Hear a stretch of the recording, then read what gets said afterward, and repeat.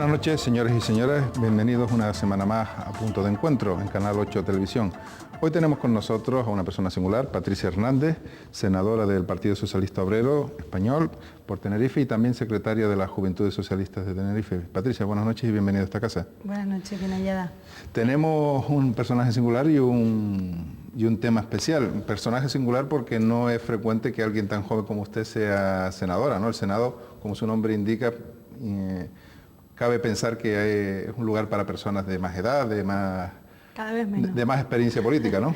Cada vez menos, porque nosotros creemos que en las instituciones debe haber no solo personas de diferentes géneros, de mujeres y hombres, sino también de todas las edades. Y entonces el Senado estaba ya pecando por no tener una representación de un sector de la población que supone el 30%. Y hablo de los votantes de 18 a 35 años, y no estaban infrarrepresentados en las instituciones y se estaba haciendo políticas para ellos, pues por otras personas, ¿verdad? También en el Congreso de Diputados pues no suele haber caras tan jóvenes como la suya. La ley de igualdad, ¿no? No hay, digamos, una representación paritaria en cuanto a edad, pero tampoco en cuanto a hombres y mujeres. Pues en el Senado no, en el Congreso casi... Más.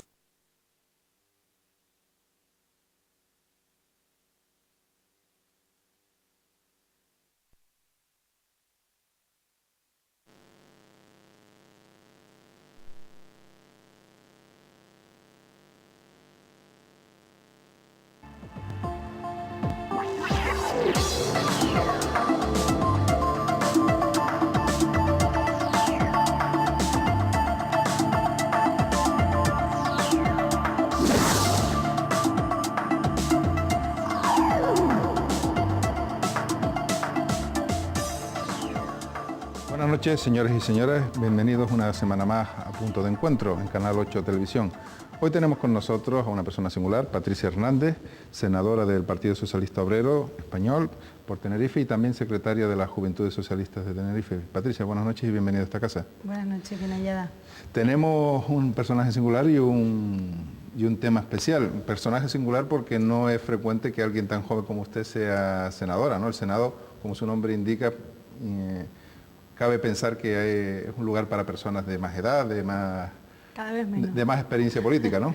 Cada vez menos, porque nosotros creemos que en las instituciones debe haber no solo personas de diferentes géneros, de mujeres y hombres, sino también de todas las edades. Y entonces el Senado estaba ya pecando por no tener una representación de un sector de la población que supone el 30%. Y hablo de los votantes de 18 a 35 años, y no estaban infrarrepresentados en las instituciones y se estaba haciendo políticas para ellos, pues por otras personas, ¿verdad? También en el Congreso de Diputados pues no suele haber caras tan jóvenes como la suya. La ley de igualdad, ¿no? No hay, digamos, una representación paritaria en cuanto a edad, pero tampoco en cuanto a hombres y mujeres. Pues en el Senado no. En el Congreso casi más, ¿no? sí, ya estamos rozando el 50% de mujeres. En el Senado no, y es que el sistema de elección en el que sale o uno o tres lleva a que casi todos los cabezas de lista de las provincias de España sean hombres. Por lo tanto, creo que estamos rondando el 27%, 26-27% de mujeres. Es sumamente bajo, pero ha subido. Y entonces pues va evolucionando, pero parece que de forma muy lenta la representación en ambas cámaras, sobre todo con un sistema de elección tan peculiar como es el del Senado. Entramos en el tema de esta noche, la ley de igualdad, polémica ley de igualdad. Vamos a empezar con la crítica de la oposición, la crítica del Partido Popular. La más importante de todas ellas va contra las mujeres porque da a entender que una mujer está en un sitio, en un consejo de administración de una empresa con esta ley en la mano o en una lista política en función de que es mujer o un hombre en función de que es hombre para llenar el cupo y no por su valía. Ya, lo primero es pensar que esta ley es para las mujeres, esta ley es para la igualdad y por lo tanto para el conjunto de la población de España. Le decía antes que para mí me parece una joya de ley, una ley preciosa que será copiada en otros países del mundo, sin duda. Y lo tercero es saber que, bueno, por ejemplo, están saliendo, y esto es una cosa que se repite mucho, más mujeres de la universidad con mejores notas que los hombres, y sin embargo el mercado laboral sigue absorbiendo mayoritariamente a los hombres. El porcentaje de paradas de las que salen es superior, cobran menos que el de hombres. Entonces, cabe pensar, ¿quién tiene el problema? ¿Las mujeres o el mercado laboral? Nosotros pensamos que ya empieza a ser el mercado laboral que no está sabiendo absorber a los mejores. Indudablemente tiene razón en eso que dice, pero ¿no es mejor llegar a esa igualdad por otros criterios, no imponiéndolo por decreto. Si no se impone.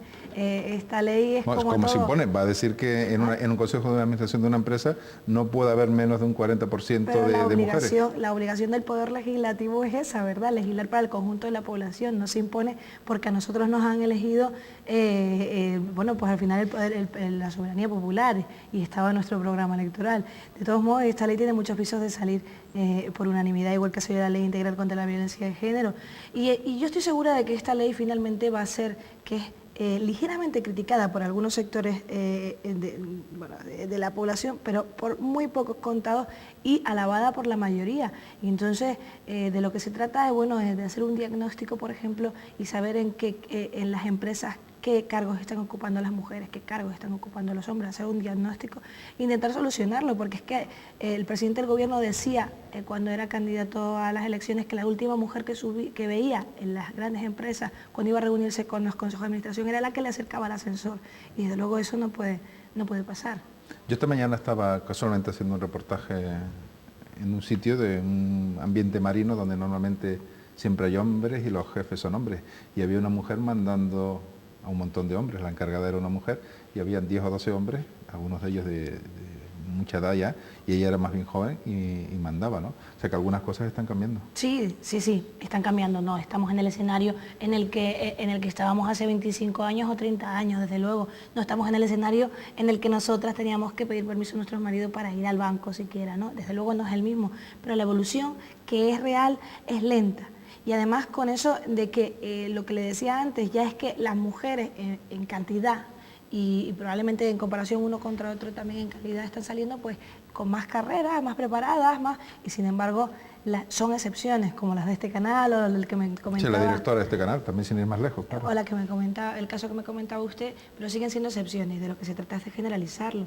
Y obviamente intentar dar un impulso, yo creo que mandados bajo la Constitución española que manda a los poderes públicos a remover las trabas para conseguir esa igualdad entre hombres y mujeres. Y desde luego esto es real, o sea, esto no se puede cuestionar. Las mujeres están cobrando menos que los hombres y están teniendo más estudios y con mayor preparación. Entonces, ¿dónde está el fallo? Yo creo que la obligación del Poder Legislativo es analizarlo y poner a disposición de la sociedad las medidas para solucionarlo. Vámonos a un caso hipotético que se suele argumentar. Un ayuntamiento no muy grande, una localidad no muy grande, en el que hay más mujeres válidas que el cupo ese de entre 40 y 60, ¿no? Que es lo que tiene que haber en una lista. Supongamos que hay 10, no es el caso, porque los ayuntamientos son listas siempre impares, pero vamos, supongamos 10 para seguir con el experimento, y que hay más de 6 mujeres que deberían estar en ese ayuntamiento en las planchas.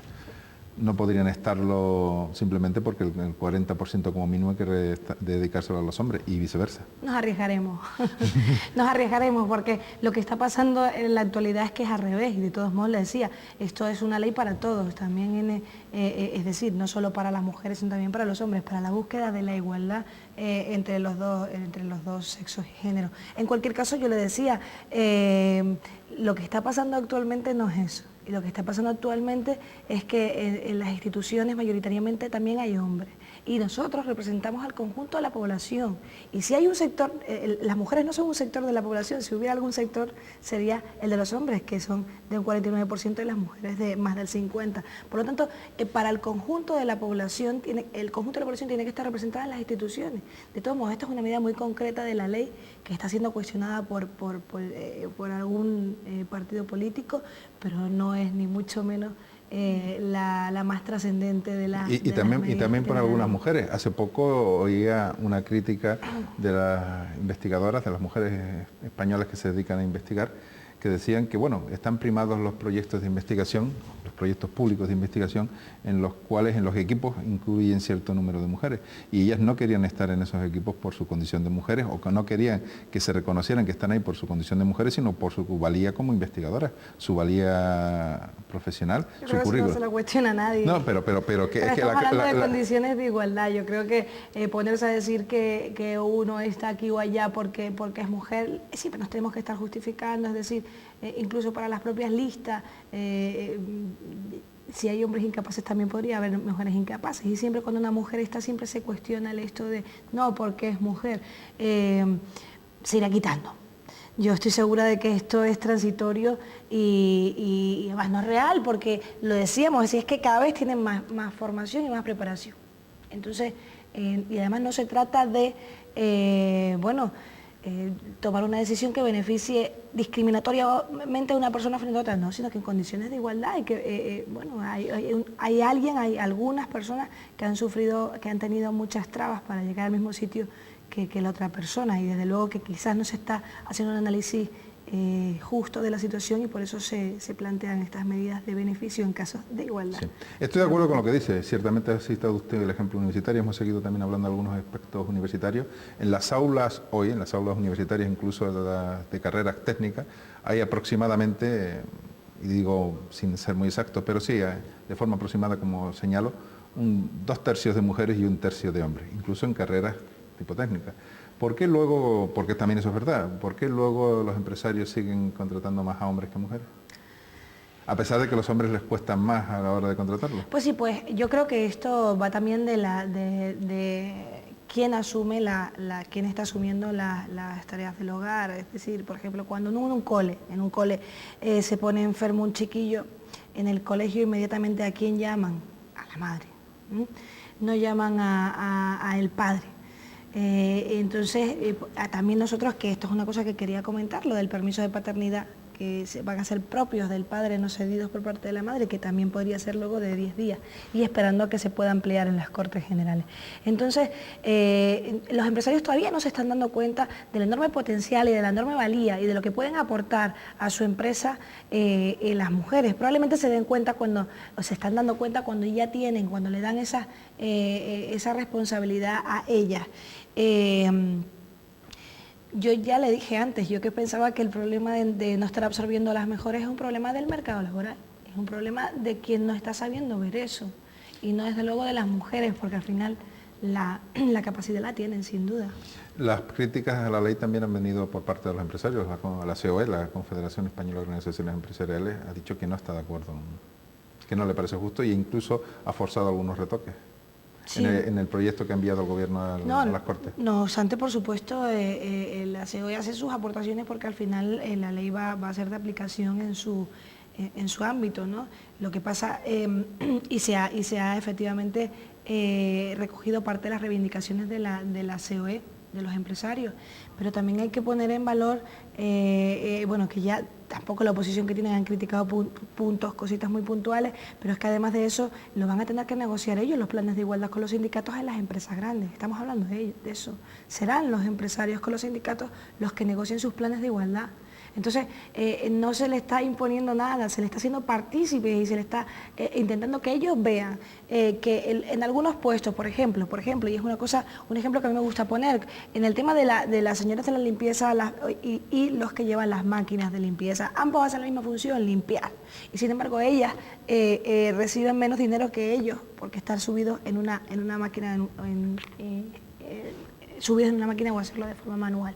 La función es la misma. Entonces yo creo que los empresarios, en cuanto se dan cuenta de que es así en su empresa, las mujeres en su empresa, y sin que ellos se hayan dado cuenta antes, cuando hacemos el plan de igualdad, cuando ellos hacen el plan de igualdad, se dan cuenta de la situación discriminatoria que tienen en su empresa, estamos seguros que van a querer solucionarlo y trabajarán en pro de la igualdad, porque además también estamos seguros que cuando se les da la confianza, la responsabilidad a una mujer, por supuesto, nos hacen menos funciones. ¿Son más responsables que los hombres, las mujeres?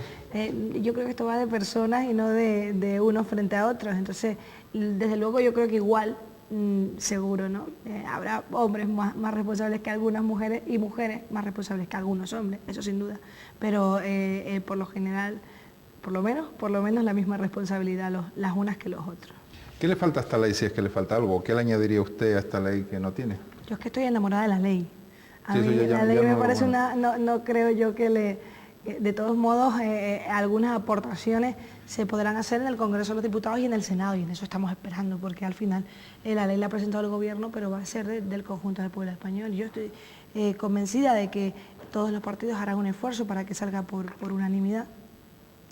Y esto será bueno en una ley tan importante para la sociedad española, bueno, que todos los partidos nos pongamos de acuerdo, como así lo hicimos en la Ley Integral contra la Violencia de Género. Sí. ¿Sigue habiendo un lenguaje sexista, machista fundamentalmente, un ambiente machista fundamentalmente en las empresas?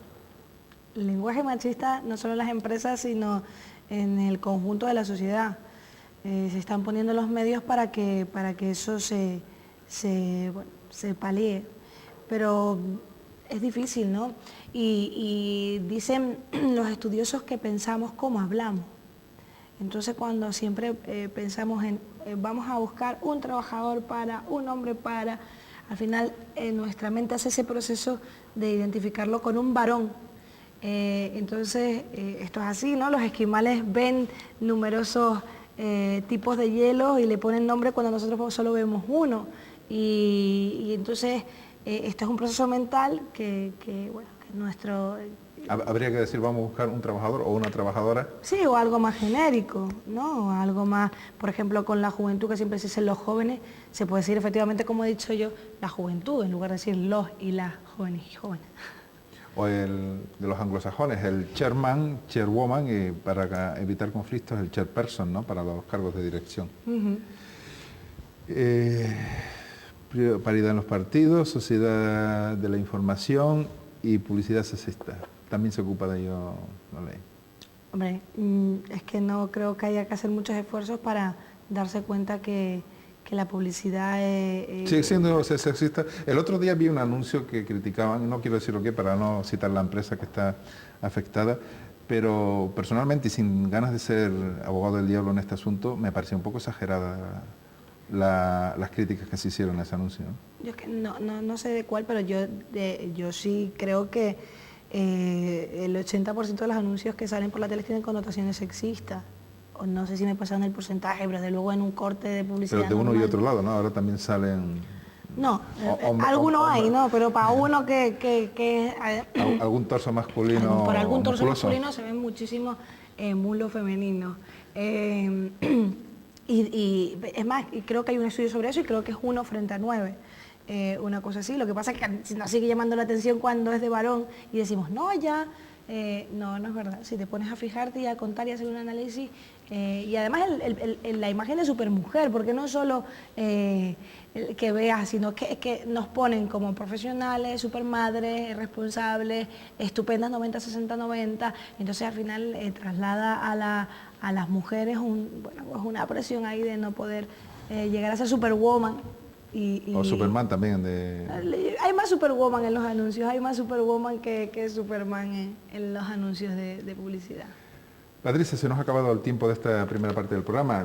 Vamos a continuar después de la publicidad, después de la inevitable pausa publicitaria, no sexista por supuesto, con un debate en el que también estarán dos mujeres, o voy a estar en franca minoría, ¿no? Para que no se diga aproximadamente un 25 frente a un 75%, ¿no? Bueno, como en el Senado, entonces al revés. Más o menos. Señoras y señores, les invito a que sigan en este programa dentro de unos minutos con Patricia Hernández y nuestras otras invitadas de esta noche.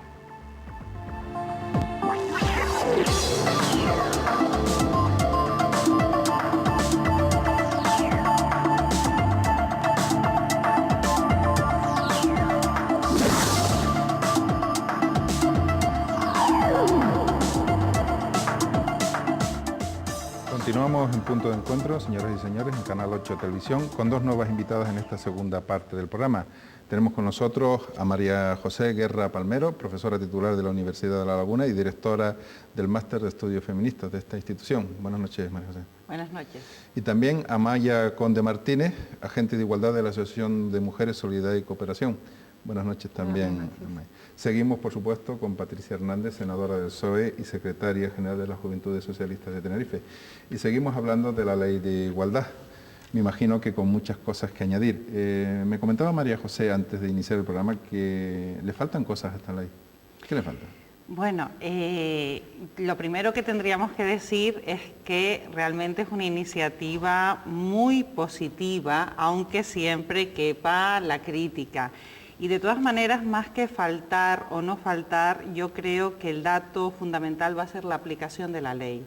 Es decir, que haya de verdad una voluntad política en que se aplique a los diversos ámbitos que realmente comprende prácticamente todas las políticas públicas que se enumeran en la ley. Es decir, que yo creo que sobre todo la vigilancia de la aplicación de la ley va a ser el punto decisivo para que implique cambio social, que es lo que esta ley pretende, cambio social. Es decir, que eso que es un fundamento en la Constitución, en su artículo 14, de la igualdad de todos los españoles, y también lo comentábamos antes, que es muy, muy importante que la igualdad entre mujeres y hombres es un fundamento normativo de la Unión Europea, quede de verdad plasmado en la realidad social y se eviten discriminaciones que en todos los ámbitos, mercado laboral, sistema educativo, política sanitaria, han habido hasta ahora. Ese es el gran reto. Estoy de acuerdo contigo que la ley se incumple bastante, no hay más que ver este programa.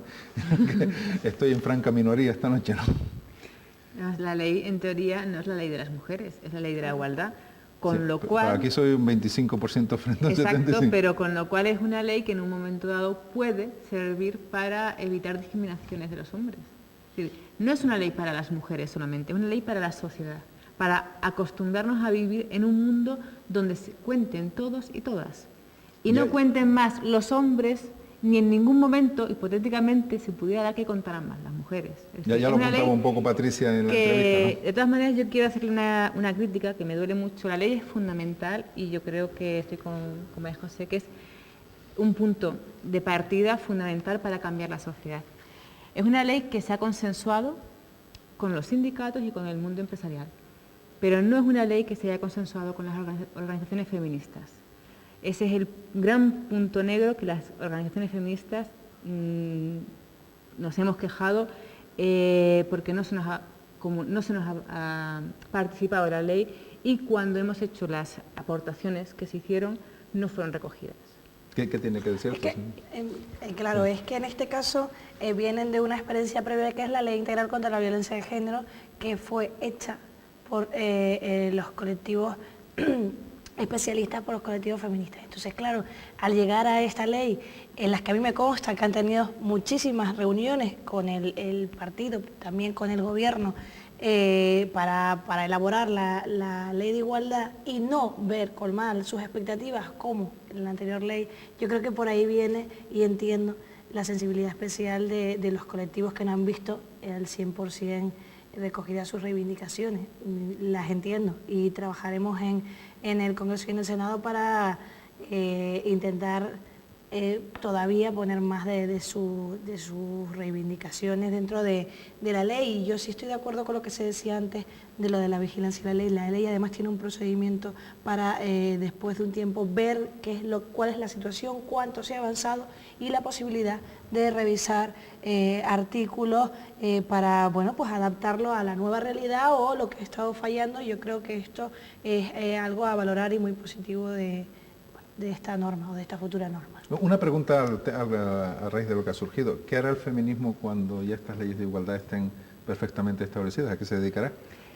Bueno, yo precisamente veníamos de hablar de este tema, porque yo creo, a pesar de que esto puede parecer muy ambicioso, puede parecer el no va más, que este es un primer paso, precisamente como decía Amaya, sí, en el sentido de que no hayan ámbitos sociales ni feminizados ni masculinizados. Es decir, somos mujeres y hombres y por lo tanto en todos los ámbitos tienen que haber mujeres y hombres. Antes poníamos el ejemplo de la enfermería. La enfermería tradicionalmente es un sector feminizado. De hecho, no hablamos de las enfermeras.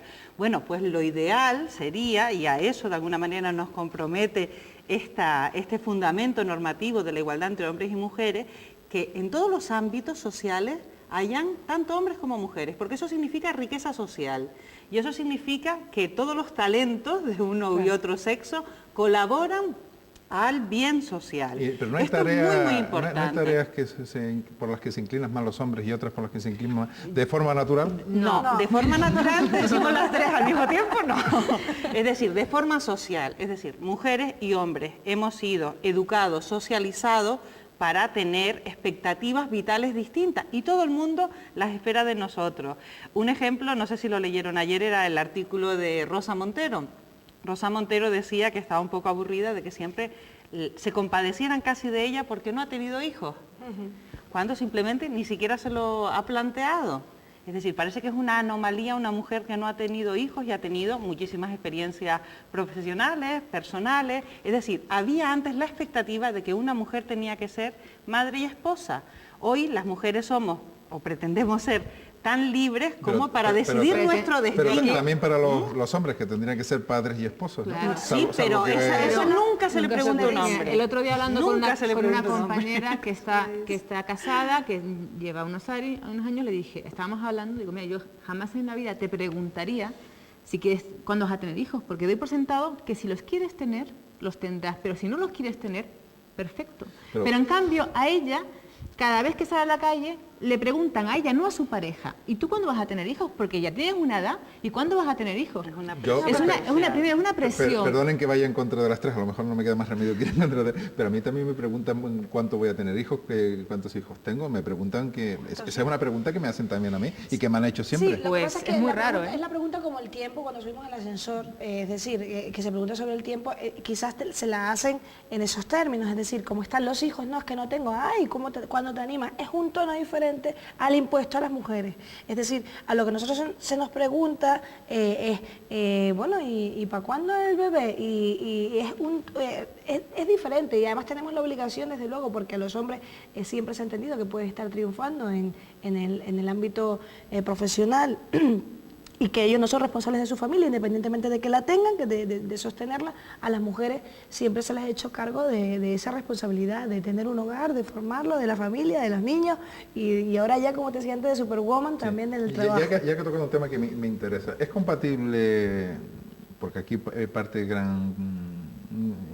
gran medida la polémica, ¿no? ¿Es compatible el éxito profesional, empresarial de una mujer con ser madre de hogar? ¿Es compatible con el triunfo de un hombre en la empresa con el ser padre? Buen padre, diría yo.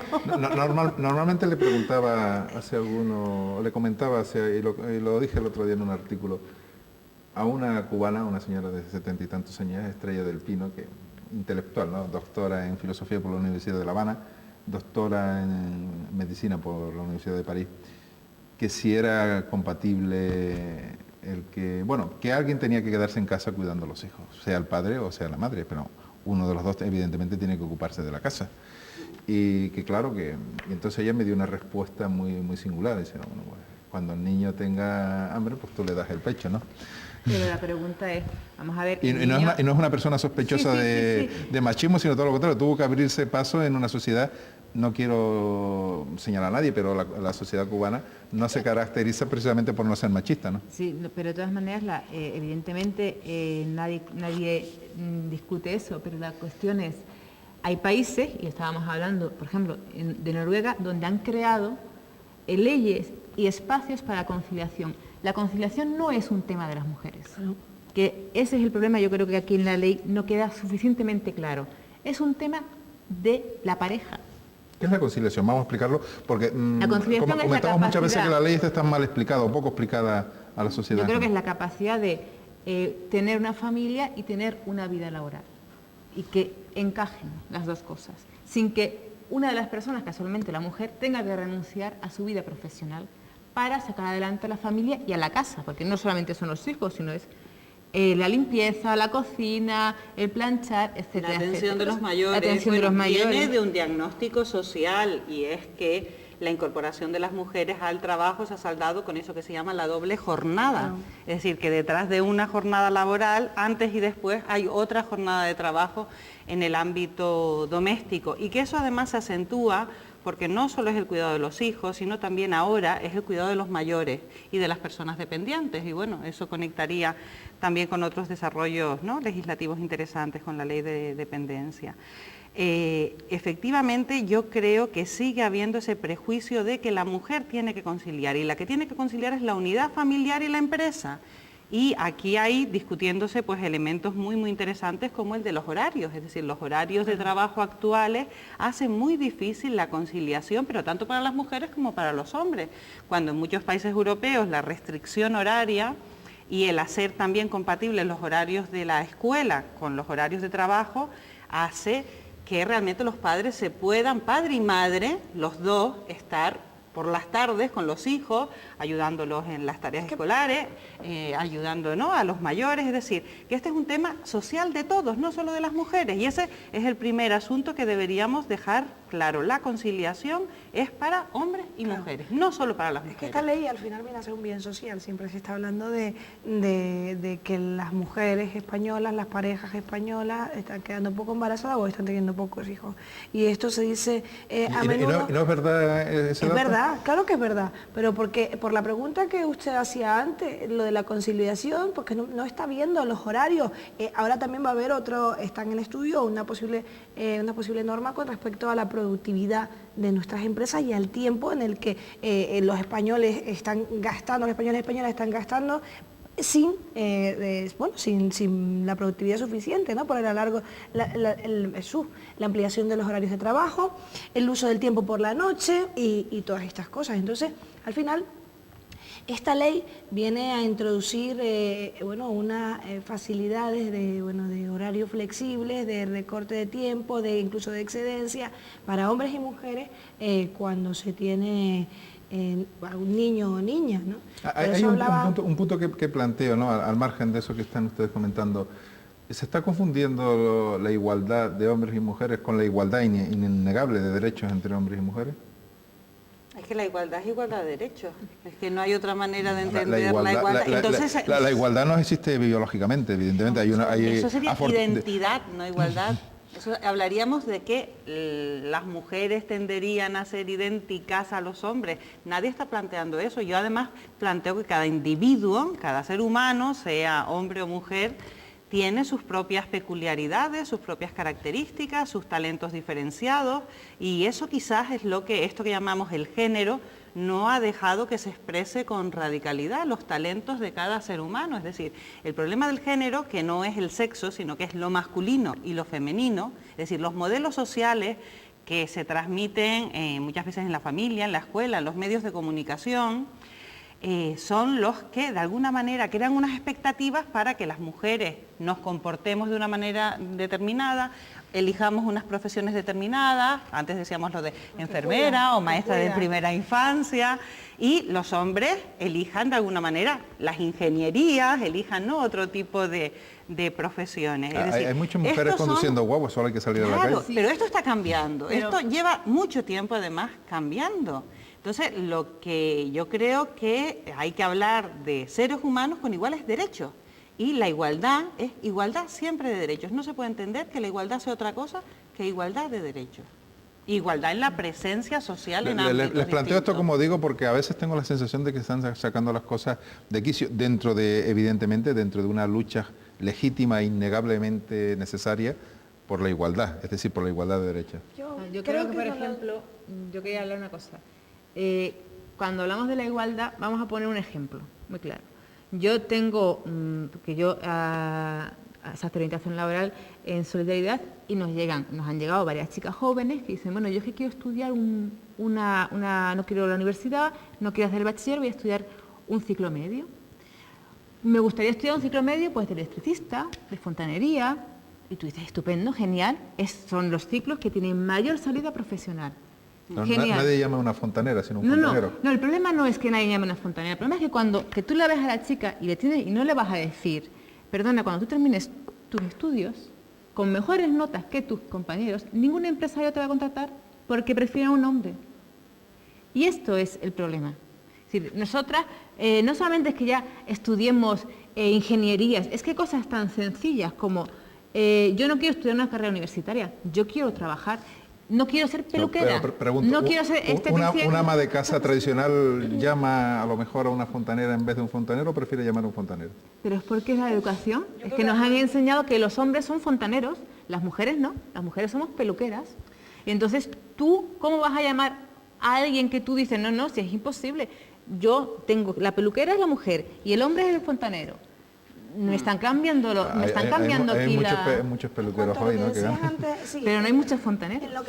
En cuanto a lo que decías antes de si estamos un poco sacando las cosas de quicio o tal, yo creo que de verdad ahora se empieza a tomar la cosa en serio. Y de verdad tenemos un presidente del gobierno que es feminista, y lo dice así porque procuro decirlo cada vez que lo digo, el feminismo solo es el que busca la igualdad y no la superioridad de la mujer, por lo tanto el término está devaluado y él, sabiendo que es así, dice soy feminista. Pero no viste mucho ser, digo, viste incluso políticamente. Yo creo que viste bastante poco, de hecho. Yo creo que no, da muchos votos, ¿no? Yo para empezar creo que se lo crees, ¿no? Y cada vez que si alguien va diciendo algo dice que se lo cuestione, pero viste bastante poco porque la generalidad de la calle es que el término está pues devaluado, bueno, y además no siempre se dice que yo no soy feminista, yo es que ni feminista ni machista, yo no, que mira, o sea, bueno, tú eres hembra. Perdonen que discrepe una vez más, pero que no creo que sea así. Creo que hoy la imagen que hoy no está de moda es la, digamos, la del cine de los años 50, 60, del varón, del macho, del supermacho. Bueno, yo creo que en política hay de todo. Y recuerdo que hasta las elecciones pasadas, en Canarias no había ninguna mujer consejera. Es decir, en Canarias teníamos un 100% de hombres en el gobierno. Pero es que además, le voy a poner otro ejemplo, en la firma del tratado en el 2004, del Tratado de Roma, solo había 2 mujeres. De 20 y pico hombres, solamente 2 mujeres. Es decir, todos los grandes poderes políticos de Europa eran y son hombres. Las mujeres son la excepción en política, con lo cual... La presidenta del gobierno de comunidades autónomas, que solo hay una, y que sin embargo, por ejemplo, porque hasta en eso... no es precisamente de izquierda. No es de izquierda, pero es que sin embargo hasta en eso no nos acordamos que no es la primera. Y siempre que la llevan a una entrevista se dice que Esperanza Aguirre es la primera mujer presidenta de comunidad autónoma, lo cual no es cierto, que fue María Antonia Martínez en la comunidad de Murcia. Y no se dice porque es que parece que son poco importantes y no nos acordamos de las anteriores, ¿no? De todas formas, una pregunta, y además a raíz de lo que tú has dicho, Maya, ¿puede ser que haya pocas mujeres porque no quieren ser más? No. Yo creo que... evidentemente las 3 que están aquí sí quieren serlo, y están representadas donde tienen que estar. El problema sigue siendo la conciliación. Vamos a ver, si se siguen poniendo reuniones, tanto políticas como de trabajo, a las 8 de la noche, y que se alargan hasta la 1. Hasta la 1, y que al final acaban en el bar tomándose una copa, porque es donde se acaba la mitad. Y hablo del trabajo también, no estoy hablando de política, estoy hablando en general de la sociedad. El concepto es, tanto yo mañana me levanto, me cojo mi camisa planchada y salgo por la puerta. Ese es un concepto. Hay muchos hombres que se planchan también las camisas. Sí, pero si tú trabajas hasta la 1 de la mañana, desde luego no te pones... Se puede planchar la camisa, pero desde luego la responsabilidad del hogar, o sea, es decir, el padre puede llevar al niño al médico, pero la responsabilidad está siendo cargada por la mujer. El hombre puede colaborar. Mira, voy a poner otro ejemplo, ¿no? Que además es real de las oficinas de empleo. Hay ahora pues mucha oferta de cursos de formación para mujeres que están en paro. Y el gran problema que se está encontrando la gente cuando las llama es el de, bueno, sí, yo iría al curso de formación, pero como no estoy trabajando, no tengo dinero para pagar una guardería, entonces no tengo con quién dejar los niños. Es decir, el problema es un problema de recursos sociales. También de tiempos y de cómo está organizado el mundo del trabajo, ¿no? Antes comentábamos también, antes de entrar, que este aspecto de la camaradería masculina es muy cómodo, es decir, es hablar de fútbol, es tomarse el whisky y hablar de mujeres, ¿no? y también hablar de mujeres, pero supongo. Bueno, las mujeres cuando se reúnen sí, yo te dejo acabar, pero las mujeres cuando se reúnen no hablan de hombres, ¿eh? También, pero no en los ámbitos del trabajo, porque en los ámbitos del trabajo las mujeres estamos siempre trabajando con hombres. Y esa es una de las grandes diferencias, es decir, hay muchos menos ámbitos feminizados que masculinizados. La empresa y el mercado laboral está muy masculinizado. Por eso es tan importante, pienso yo, las acciones de esta ley sobre empresas y sobre mercado de trabajo.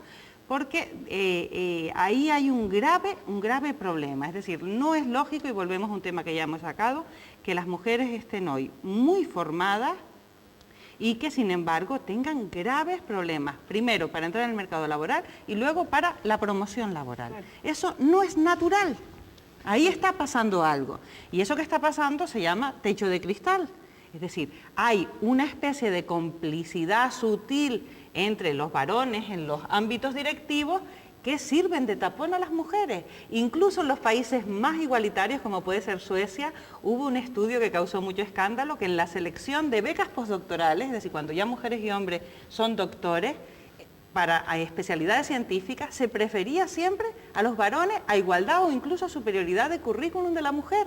¿Por qué? En el fondo, porque es más cómodo trabajar en el laboratorio solo con varones. Es decir, todavía nos falta un cambio cultural. ¿Por qué más cómodo?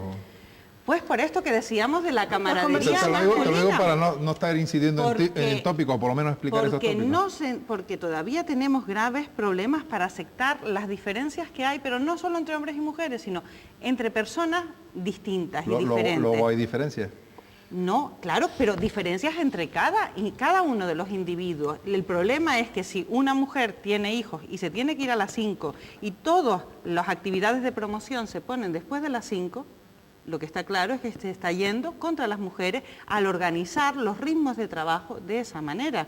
Es decir, que yo creo que la gran revolución que tendría que salir de aquí es transformar los tiempos del trabajo, del mundo del trabajo, y también sus prácticas.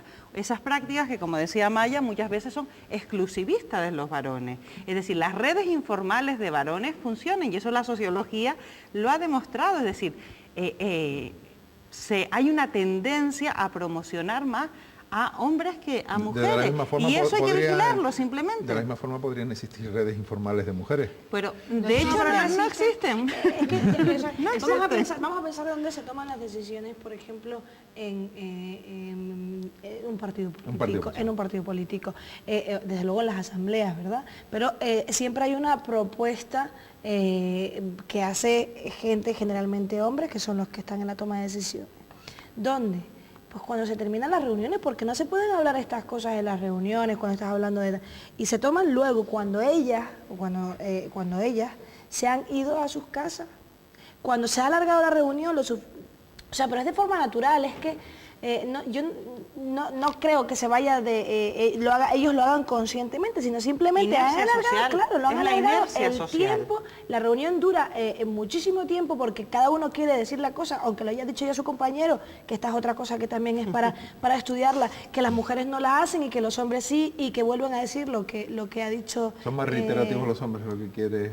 Están educados de una forma en la que nosotros no lo estamos, o sea, es decir, nosotros somos más prácticas y ellos pues más de destacar, de lucirse, de estar seguros de hacerse oír. Nosotros estamos educadas para la modestia, sí, y claro. Ese peso está ahí, es decir, las mujeres solemos ser muchísimo menos, unas más que otras, menos ¿no? Sí, no, por afirmativas supuesto, que los por hombres. supuesto. No, pero no estamos acostumbradas. Mira, yo voy a poner un ejemplo. Una vez en unas charlas que di en un instituto, sobre el 8 de marzo se hace la charla, y cuando se termina la charla eran varios grupos. Una de las profesoras me dice: no, pues aquí las chicas, la verdad es que no es verdad que no participen, es que no paran de hablar. Aquí cuando hay rebates y tal, es que bueno, es muy increíble. No habían abierto la boca ni una sola vez. Vamos, en tu conferencia no, pero luego sí. No. Había un debate además era un debate sobre la mujer, y ella estaba hablando de que es que hablaba mucho, y yo miraba y decía, no era mi conferencia porque éramos varias compañeras, no, porque era un debate, estábamos hablando con los chicos y las chicas para que sacaran cosas y tal. Las niñas luego se te acercan y no se a hablar atrevían contigo. a enfrentarse a los hombres, que es uno de los problemas que ocurre, por ejemplo, en las aulas. Pero la profesora sí lo veía, el problema es que veía que las chicas hablaban, a lo mejor hablaban con ella en privado, en otro ámbito, pero no delante de todos sus compañeros, porque cuando hay un hombre, las mujeres se callan. Por educación, no es porque no sepamos decir nada, no, es porque estamos educadas para que hablen los hombres. Se callaban, yo creo que eso lo estamos cambiando. Yo creo que eso es lo que hemos cambiado, es decir, yo en esto me siento como muy heredera experiencia personal, ¿no? de una generación anterior, porque yo creo que por lo menos en este país, en España, esto tiene que ver con la transición democrática, el feminismo como movimiento social va impulsando todos los cambios hacia la democracia y hacia la igualdad, y en este sentido yo creo que llevamos ya décadas de trabajo en este sentido.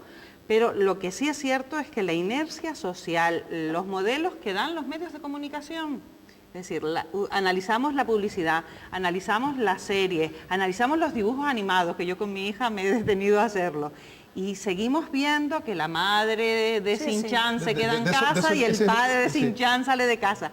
Si estamos reproduciendo lo mismo. Perdona, María José, que además se lo preguntaba a Patricia en la primera parte del programa, No se está, de los anuncios sexistas, no se están sacando en ese sentido un poco las cosas de quicio. El otro, no quiero, dije antes que no quería citar a la empresa para no señalar a nadie, pero una empresa de ámbito nacional y una publicidad emitida por televisión también de ámbito nacional, una crítica porque apareció una mujer delante de un hombre y con los ojos tapados. El hombre tapaba y bueno, parecía que la mujer seguía siendo tonta y que era el hombre quien tenía que decirle cuál era la realidad, cuál era la verdad de la vida. ¿A veces se están sacando las cosas de quicio o no? Yo tengo la sensación que sí.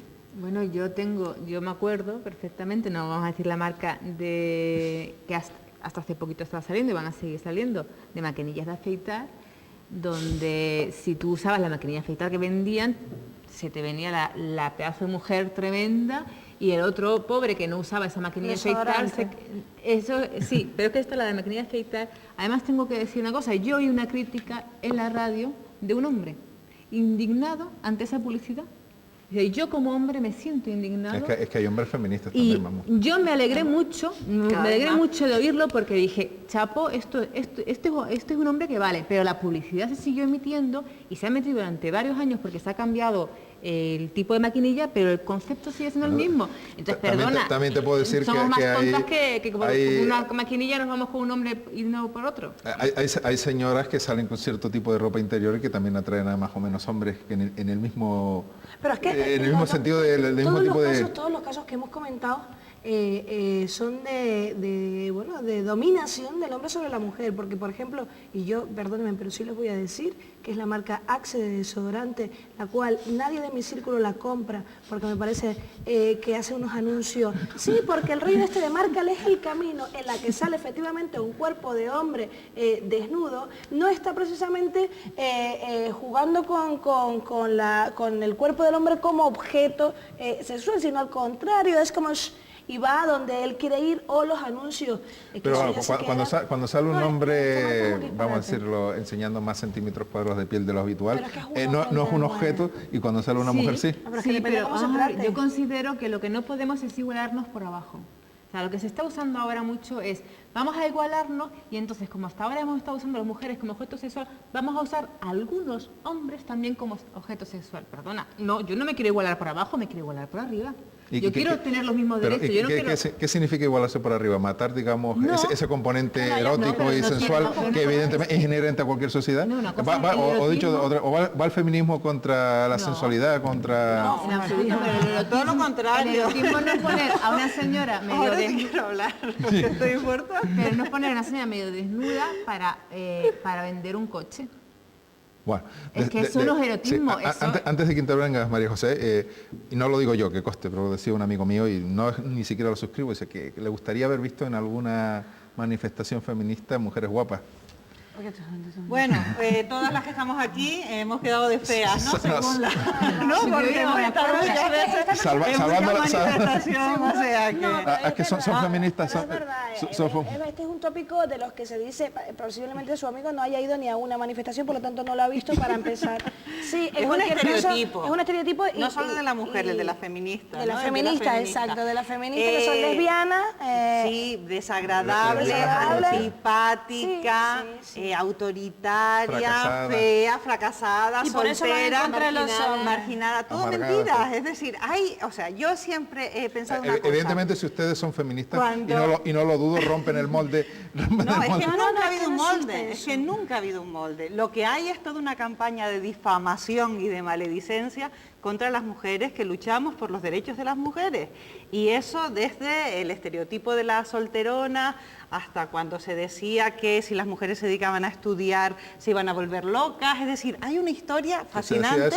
Sí, útero contra cerebro, o que no tendrían hijos porque toda la capacidad se le iría al cerebro. Es decir, que ha habido miles de teorías pseudocientíficas para que, por ejemplo, desanimar a las mujeres al estudio, y es muy interesante conocer esto. Es decir, no estamos hablando de una cosa de ahora. Yo creo que todas estas cosas se dicen precisamente porque todavía, desgraciadamente, vivimos en una sociedad que no ofrece el mismo reconocimiento social a hombres y a mujeres, y que es especialmente agria con las feministas, con todos estos tópicos y todos estos estereotipos absolutamente falsos. Por ejemplo, cuando preguntabas el tema de la sexualidad, precisamente una de las señas del feminismo en los años 60 fue reivindicar que las mujeres teníamos sexualidad y que las mujeres teníamos también derecho a eso que se llamó la libertad sexual. Y esto ha sido un cataclismo que todavía yo creo que hay muchos sectores que no se han recuperado. En esos años y en un país tan avanzado como Estados Unidos se cargaba contra revistas como Playboy y demás. Claro, porque no es lo mismo. El feminismo de se están confundiendo dos cosas. Una cosa es defender la sexualidad como una dimensión de los seres humanos y que en la que tienen que ser autónomos y libres y tiene que haber consentimiento. Y otra cosa es ese tipo de imágenes y modelos en donde la sexualidad siempre es una sexualidad con desigualdad entre los sexos. Y ese ha sido el modelo clásico de sexualidad, incluso de amor romántico. La mujer cae rendida ante el príncipe azul. Es decir, todo eso que viene de siglos atrás y de milenios es el trabajo que el feminismo está haciendo, es decir, de construir es la palabra, ¿no? De construir todos esos modelos sociales absolutamente falsos para que la gente viva en condiciones de igualdad, de respeto y de dignidad. Y eso supone, como decía Maya, que ni la mujer tiene que ser objetualizada sexualmente, ni los hombres deben ser objetualizados sexualmente. Eso no quiere decir renunciar al erotismo, quiere decir renunciar a modelos de dominación entre hombres y mujeres. Es un modelo de denominación y es una pregunta que le hago yo genéricamente a cualquiera de las tres o a las tres al mismo tiempo. Es un modelo de dominación, por ejemplo, que un caballero o un hombre, vamos a dejarlo así, le abra la puerta y le ceda el paso a una mujer. No, igual que lo contrario, tampoco es modelo de... Eso se llama buena educación. Cualquiera de ustedes se sentiría, digamos, agraviadas en su condición de mujer porque yo les cediera el paso o les abriera la puerta para acceder a un restaurante. Y si te hacemos la pregunta, ¿y tú te sentirías incómodo si nosotros te cedemos el paso? En absoluto. Pues entonces no tenemos ningún problema. De buena educación y de convivencia. Yo quería apuntar una cosa, que el modelo Playboy es el modelo de la sexualidad masculina. Yo creo que el problema sigue siendo que no se habla de la sexualidad femenina desde las mujeres, sino desde lo que creen los hombres que tenemos que hacer para que les guste a ellos. Es decir, nosotros seguimos, y por desgracia las mujeres jóvenes, las chicas jóvenes, siguen creyendo que no tienen el mismo deseo sexual que los hombres tienen otro deseo sexual que ellas no, que ellas pueden vivir sin sexo, y no están siendo educadas en su propia sexualidad. Y los modelos que nos venden es el gustar al hombre, es decir, el mostrar lo que le gusta a los hombres, pues los senos, el tanga, el no sé cuánto, pero no porque te guste a ti o porque tu sexualidad vaya por ese camino, no, sino porque es el que le gusta a los hombres. Incluso los modelos, que es lo que intentaba decir antes, de los hombres o las mujeres cuando aparecen desnudos en las publicidades, o desnudos o con poca ropa, no es lo mismo el uso que se da del desnudo de la mujer que el uso que se da del desnudo del hombre. Aún ¿cuál es el uso que se da del desnudo por ejemplo, del hombre? yo es que este anuncio, y de verdad, y yo vuelvo a decir la marca para invitar a la gente a que no la compre, que es la marca Axe, se coge un desodorante y se pasa por todo el cuerpo y en la zona, pues de reproductora del hombre, dice, se echa y dice, márcales el camino. O sea, no, ese es el anuncio, y así tienen un montón, muchísimo. Entonces, como comprenderás, no es lo mismo ese uso de ese hombre que efectivamente está desnudo que otros muchos anuncios de mujeres desnudas que andan por ahí, ¿no? Me gustaría aportar un dato que también antes comentábamos. En los premios del Instituto Canario de la Mujer hay un premio destinado a campañas de publicidad no sexistas. Y creo que no me equivoco, habría que comprobarlo, pero creo que en casi todas las ediciones ha quedado desierto. Es decir, hay una gran falta de imaginación creativa. No hay ni un solo anuncio publicitario que no sea sexista. Pues que se haya presentado a ese concurso, no, porque si no, no quedaría desierto. Bueno, estamos ya fuera de tiempo muy brevemente porque se nos acaba de decir, pero dime, Maya. En la ley sí que se contempla lo de la publicidad ilícita, que también venía en la ley de igualdad, la ley de violencia de género. Creo que la publicidad es un gran campo que en España todavía está bastante verde. Es más fácil hacer publicidad sexista porque estamos más acostumbrados, tenemos los clichés preparados y es mucho más fácil que hacer publicidad no sexista. Pero no solo en España, vamos. En todas partes, pero bueno. En fin, se nos ha acabado el tiempo. Yo quería, como último, en un minuto, porque estamos fuera de tiempo, quería decirles que en fin, estoy de acuerdo evidentemente en muchas de las cosas que ustedes digan, aunque aquí me ha tocado hacer, no un poco, sino totalmente el papel de abogado del diablo o de fiscal. Pero sigo pensando que estas cosas no se cambian fácilmente con una ley, ¿no? No, nosotros también lo pensamos. Desde luego no porque se pongan, Es una nos cuestión de pongamos educación, 500 personas a legislar, se va a cambiar la ley. Y además estamos hablando, se va a cambiar la ley, se va a cambiar el modelo social, que es lo que pretende esta ley, que no necesitemos la propia ley en un futuro y que la situación sea pues de igualdad entre los géneros y los sexos Por lo menos una igualdad real de oportunidades. Sí. Muy bien, pues muchas gracias a Patricia Hernández, senadora del PSOE, secretaria general de la Juventud Socialista de Tenerife, a María José Guerra Palmero, esta vez no me equivoco, lo digo bien, profesora titular de la Universidad de La Laguna y directora del Máster de Estudios Feministas de la Universidad de La Laguna, ¿no? Que está teniendo bastante éxito, hay que decirlo, ¿no? Sí, y bueno, yo quería, porque es la primera edición, es una novedad, este año hemos empezado en marzo, y desde luego estamos bastante contentas en el sentido de que tratamos género y políticas de igualdad y también violencia de género por el apoyo sobre todo de las instituciones, del Cabildo de Tenerife y también de la propia universidad, en el sentido de que es un título que en la comunidad autónoma es una absoluta novedad y que va en consonancia precisamente para aplicar todos los aspectos que en esta ley se plantean. Muchas gracias también a ti, Amaya, agente de igualdad de la Asociación de Mujeres Solidaridad y Cooperación, por haber estado esta noche en el programa, ¿no? Y también a todos ustedes, señoras y señores, por la atención que nos han prestado como cada semana en Canal 8 Televisión. Hasta el próximo martes, que pasen una buena semana.